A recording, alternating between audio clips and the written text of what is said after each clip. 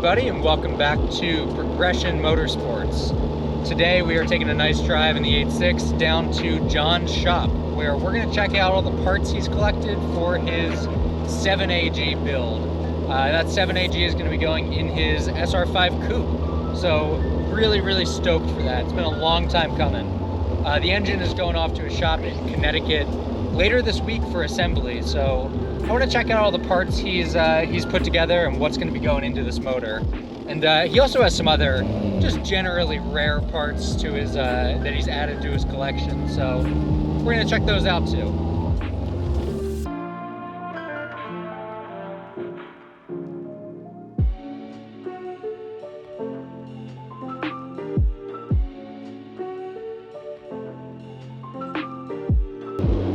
All right, we are pulling up to John's right now.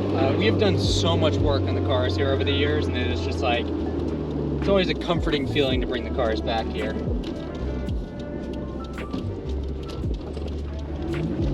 Steep little drop there, but not too bad. John's property here is amazing. It's this like whole farmstead. That's why he had like a dirt oval in his backyard where we were able to do all the stuff with his coupe when the 4AC was running.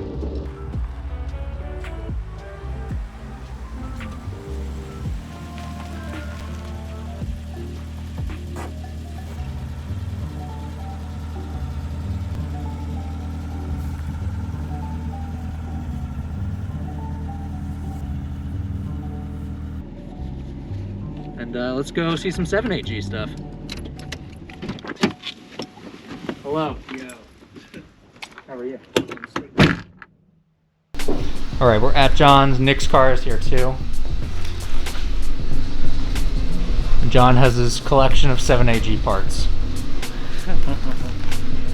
Collection is a word for it. How long have you been collecting parts for the motor build now? Technically since I've had my car pretty much, so about 2014, so 6 years, almost 7. Oh my god, it's gonna be a dream motor. Yeah, that's the plan.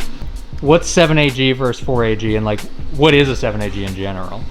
So a 7AG is when you take the bottom end, the block from the 7AFE motor, which came in some Corollas and Celicas in like the mid-90s. The one I have in particular came out of a 95 Celica. The main difference is the displacement, so it's a 1.8 displacement as opposed to a 1.6 of a regular 4AG, and the displacement comes from a longer stroke instead of bigger bore size, so it's like essentially a 4AG stroker. So you can use 4AG pistons and stuff, so they work with the 4AG head, and then you get the longer stroke. So that's essentially what it is. I'm expecting mine to hopefully make around 160 with all the things I have.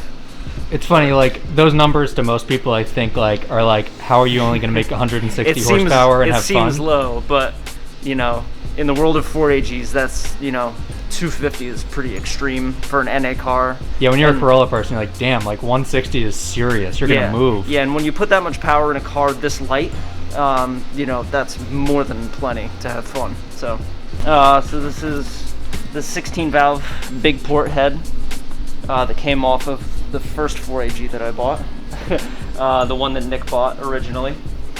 I have it kind of broken down, so there's no cams or anything inside of it. I have tape here just on top of the shims so they don't fall out or anything. You know, aside from some grease and a little bit of grime, it's in pretty good shape. I have the T3 ITB adapter here. Oh, hell yeah. Just mounted up. Not completely, just a mock-up. So it is converted to quad throttles, silver top 20 valve throttles. So yeah, that's the head. Here's a little part that's kind of 7AG specific for when you do a 7A build. So this little spacer goes on the upper water neck, and it goes right there, and it's just a little spacer that sits, and it makes the upper water neck jut out a little bit more. because since the 7A block is a slightly different dimension than your 4A block, the bypass pipes don't really line up. So this helps you line up the bypass pipe from the water neck down to the water pump. It's good that this is like a proven swap and not something that's just like new territory. This, along with a lot of the other parts I have, I got from MRP, Mandan Racing in New Zealand. They know 7AGs better than pretty much anybody. And they're super helpful if you email Barry. He'll get right back to you. Any questions? So I decided to go with a set of Tomy pond cans. So they're 264 duration. Not a massive amount of lift, but I figured this would be a good place to start. I'll probably eventually get some larger cams later down the road, but I figured just to get the engine running and get the first initial tune, this would be a good place to start in terms of camshaft size. This is the best thing. Don't break your camshafts like this guy. A set of Toda adjustable cam gears.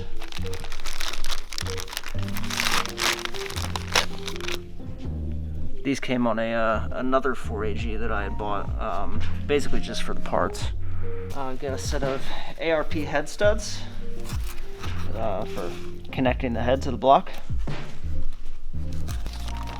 Here we've got a set of stainless steel oversized valves. These are also from MRP. MRP make these. This is a distributor from a 4AG ZE supercharged engine. That's one of the key pieces for the 7A swap, right? Not so much for a 7A, but it is for me because I'm doing a coil on plug conversion. That's right, that's right. And if you don't want to do a like a trigger wheel setup on your crank pulley, the other way to do it is to get one of these.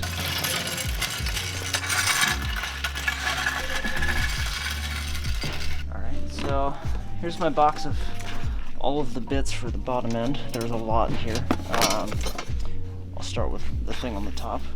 Timing belt, slightly longer than your 4AG timing belt. So this, I believe this comes off of a Porsche 944. They use the same timing belt. Yeah, I think that's right, because you can't use the timing belt for the 7A FE or the 4AGE. So yeah, you have to find something else that would work for the combination of those two motors. So I believe this is from a 944.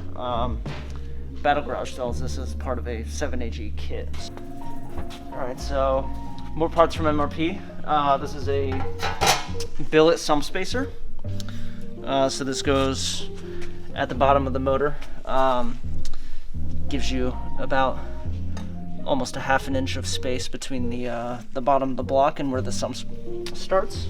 And this allows you to run the full 20 valve sump setup. So the oh, that's cool. I didn't know that. The scraper baffle. This is for a 20 valve block. 20 valve has this little dip in here, and 16 valve is just straight the whole way.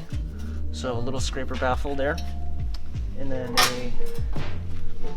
a 20 valve oil pan, and I have a little Greddy magnetic. Ooh, nice little detail. Oil pan bolt there. And then the last piece of the oiling is the SS Works extended oil pickup. Whoa. So this is, I forget exactly how much longer it is than the stock oil pickup, but it's a little bit longer, so it sits down deeper into the oil pan. So when you're going through hard corners and your oil is sloshing around, there's less of a chance that your oil pickup will suck up air. So it's a good way to make sure it's always sitting in the oil and you're getting proper oiling throughout your motor. A set of Wiseco forged pistons. These are for 16 valve 4AG, but they work in the 7A as well because 7A has the same exact bore size. These are forged pistons. They have a Teflon skirting, and they have a little extra dome on top. so you can get a little bit of added extra compression. These are MRP's forged H-beam rods for 7AG. Wow.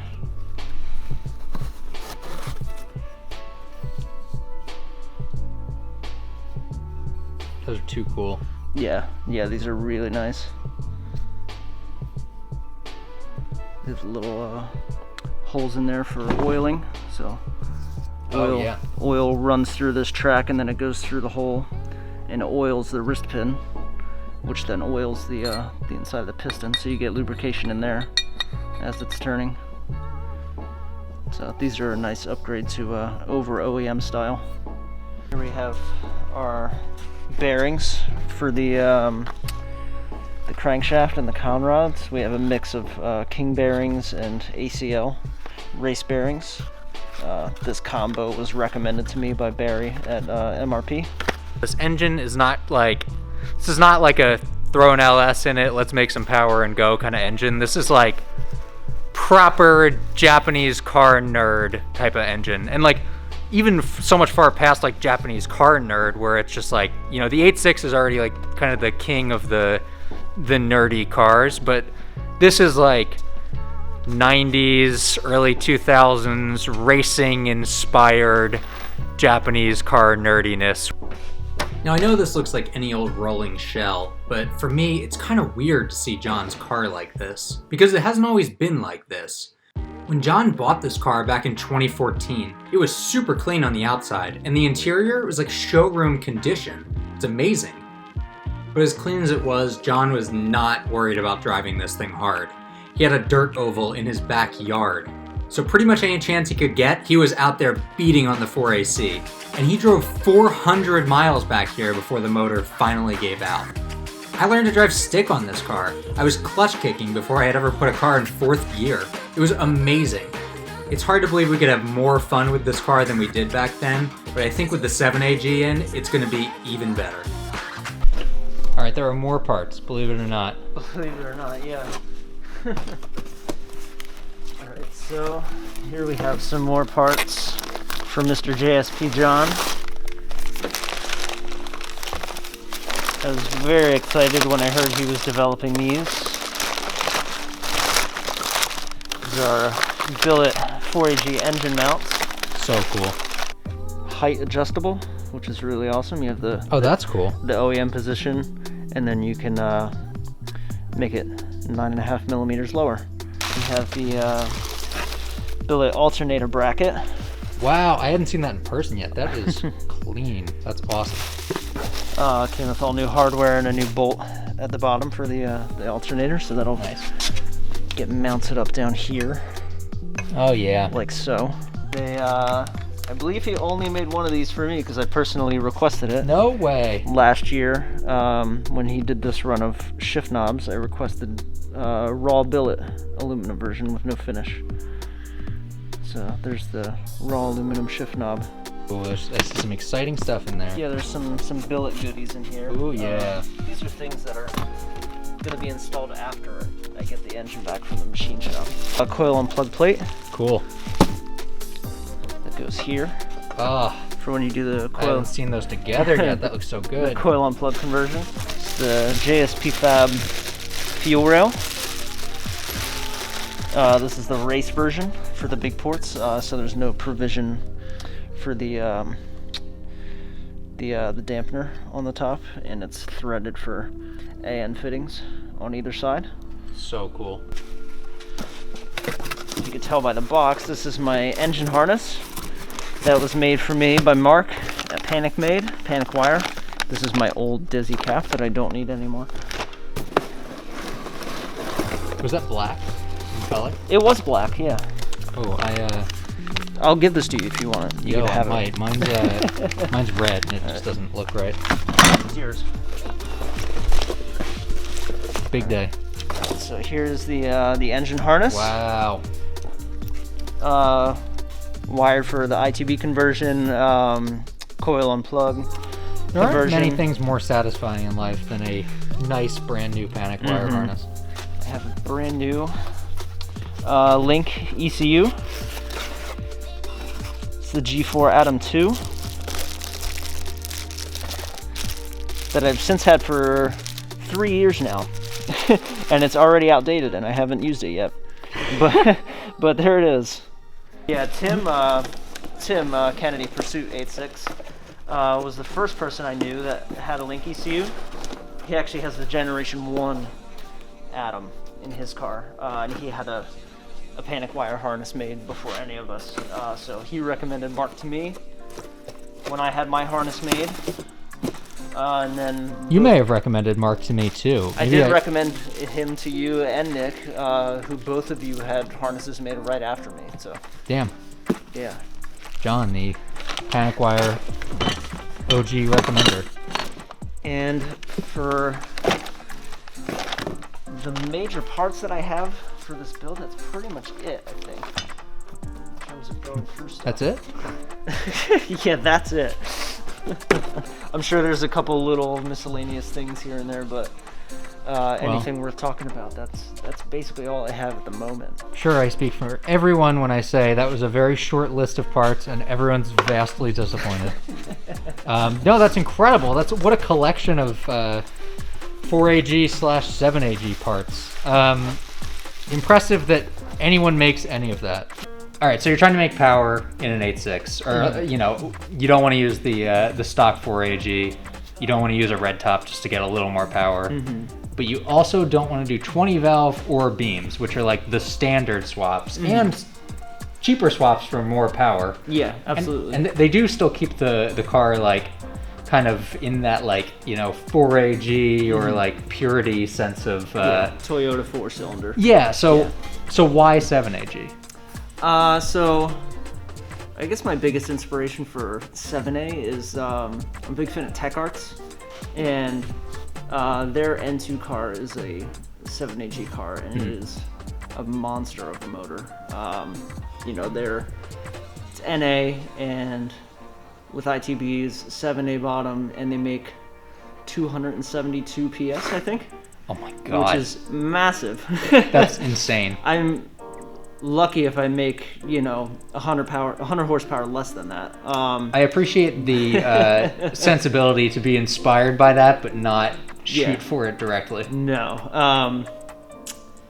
But the thing about a 7AG, I mean, I already owned a 16 valve motor, so, you know, that was already sorted out what head I was going to use as opposed to 16 or 20 valve, because you can use both on the 7A bottom. But you can make similar power with a 4A bottom, but it's about making your power in a different place in the rev band. Right, because the 7A is torquier, right? It's torquier down low, and it doesn't rev as high, but I think it'll be like a flatter power curve over the rev range. I think that's cool, and honestly, like if I went to get another engine in my car, obviously like we just did the 4A, so like no immediate plans to do anything else to my engine, but if I was gonna swap it, for like what I do with my car, which is like, you know, weekend trip / kind of like treating it like a daily driver on days that it's nice out, I think I would want to do a 7A just for that torque curve. I'm excited that we got to look back at where John's car started. And with all these parts he's putting in the motor build, you can kind of guess where it's going to go in the future. Thank you for watching. Stay tuned because we are just getting started with this build, and John's car is going to be wild.